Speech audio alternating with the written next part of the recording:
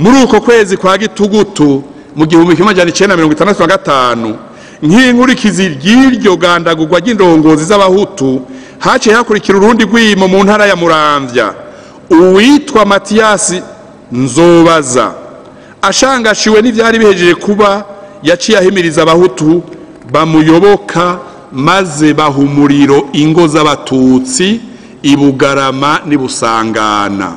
Abatutsi batari bake barishwe abandi bahungira mu kibira.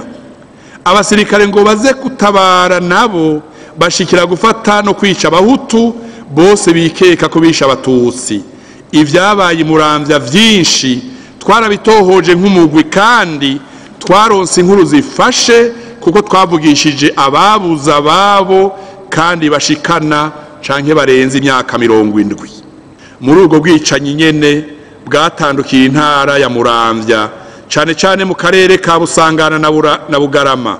Izina ritomora ivyabaye mu majambo akurikira mu rurimi rw'ikinyamazuru naya: considérant les faits ci-dessus, en tenant compte des enquêtes menées à Bujumbura, à Bugarama, à Busangana et à Muramvya, la commission Vérité et Réconciliation déclare solennellement que les crimes commis contre les cadres politiques, civils et militaires Bahutu et les populations rurales Bahutu de Busangana et Bugarama constituent des actes de génocide dans leur allure, leur intention et leur planification. Les crimes qui ont été commis depuis le 19 octobre 1965 ont impliqué l'État à travers la machine politico-militaire représentée au sommet par le capitaine Michel Michombero, secrétaire d'État à l'armée, et Artemos Imbananiye, secrétaire d'État à la justice à l'époque des faits.